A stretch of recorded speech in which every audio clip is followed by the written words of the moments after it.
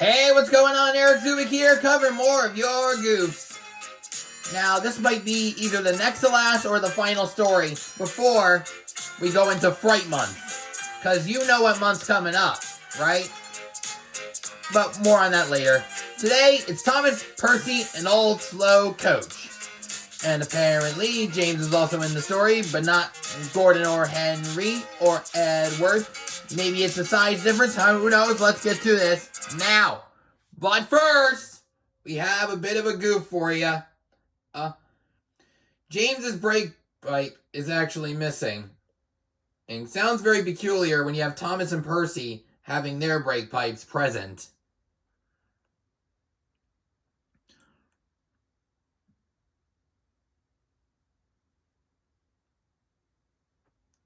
I mean, it's kind of really weird here to see that happen. Anyway, now we can finally hear Alec ramble on. And James were looking at the early morning sky. "Everyone's so much happier when springtime comes," said Thomas. "Everyone except Sir Topham Hatt," grumbled James. "He seems to be working us harder than ever. I'm tired of these coastal runs." "He just wants everything to be ready for the holidays," replied Percy. "Anyway, salty air makes me all cheerful in my smoke box." "Pah!" snorted James. "It's the countryside that really gets me fired up. It's the only place to be." And he puffed away to collect his freight cars from the docks. Thomas and Percy had to take some empty freight cars to the scrap yards. In a siding, they saw an old coach. She looked like she's not really seeing anything because Percy and the trucks have disappeared.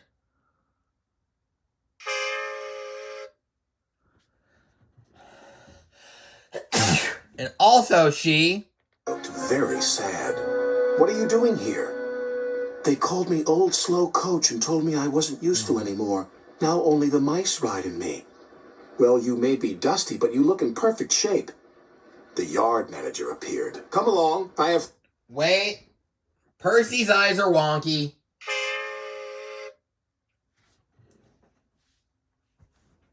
"Freight cars for you to take away." "Excuse me," said Percy's driver. "Can you tell us about this coach?" "Old Slow Coach. She's been here for years. She'll be broken up when we find the time." The engines were dismayed. "We'll try and help you," said... Wait a minute. There was nothing on the section of the tracks they were on, and then there's a bit of oil. Also, I think it looks like Old Slow Coach might not be on any tracks at all.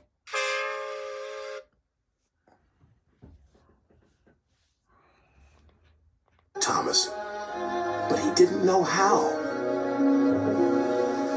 Meanwhile, James was enjoying himself. Oh, the tracks next to James lead to some bushes.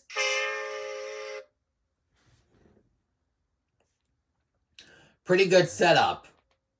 "Is the life," he chortled, but he was heading for trouble. One of the fuel cars was leaking. Then, suddenly, it caught fire. "Oh, help!" Yeah, double help. The tar wagon caught on fire and James's eyes are wonky.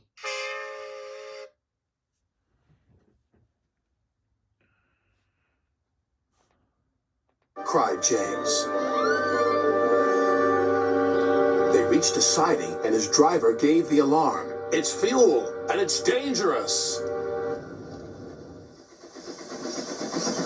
As Thomas and Percy approached the junction, they saw the smoke and a guard waving a red flag. "Sparks from James's funnel have set the cars ablaze," he called. "The fire is under control, but it's quite a mess." "You said the countryside..." Hold on. Percy's lamp is not on properly.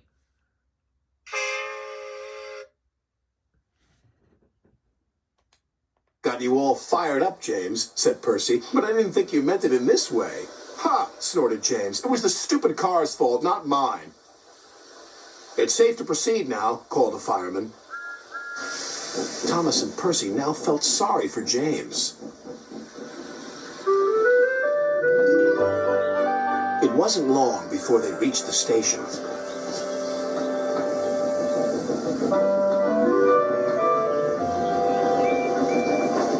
Later, as they were having a long drink at the water towers, they suddenly heard a commotion. "What's the matter?" Thomas asked. "It's another fire at the workman's hut," replied Thomas's driver. "We better see what we can do."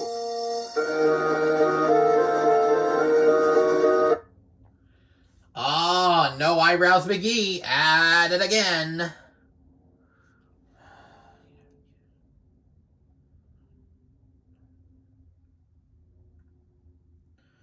I mean, who would have thought we'd see that again? And because I sure did not.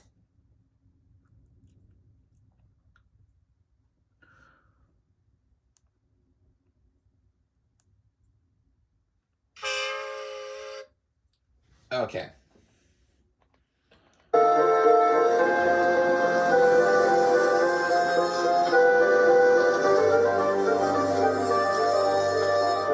The fire engines had a big problem. "We are completely out of water," cried a fireman. "We can't use seawater because it clogs our works. You'll just have to let that building burn." Then Thomas had an idea. "Why don't you use the water in our tanks? We've just refilled them." The firemen wasted no time. "You're very clever engines," chuckled their drivers. Soon the fire was out, but the hut where the workmen lived was destroyed. "The men can't sleep on the beach," said the foreman. "What about old slow Coach? She would be perfect for the workmen," said Percy. "Comfy too," added Thomas. "What a good idea, Percy," said his driver. They phoned Sir Topham Hatt, who agreed. "She'll be spick and span by the time you collect her." And she was, and very happy too. "I can't thank you enough. I feel splendid." I'm going to check for another goof. Because I think there's at least one more. The engines buffered up to her, and she set off happily for her new home. Everyone agreed there was nothing... Hold on. ...up to her, and she set off happily for her new home.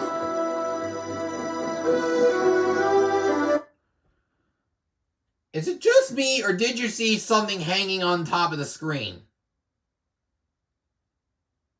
And very peculiar alignment, don't you think?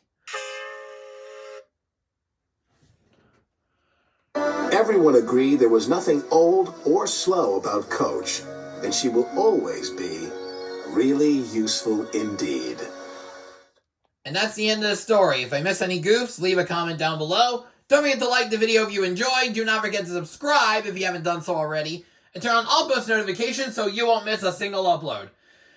This has been Eric Zuick signing off for now. Catch you guys at maybe the final station before everything gets a little spookified. All aboard!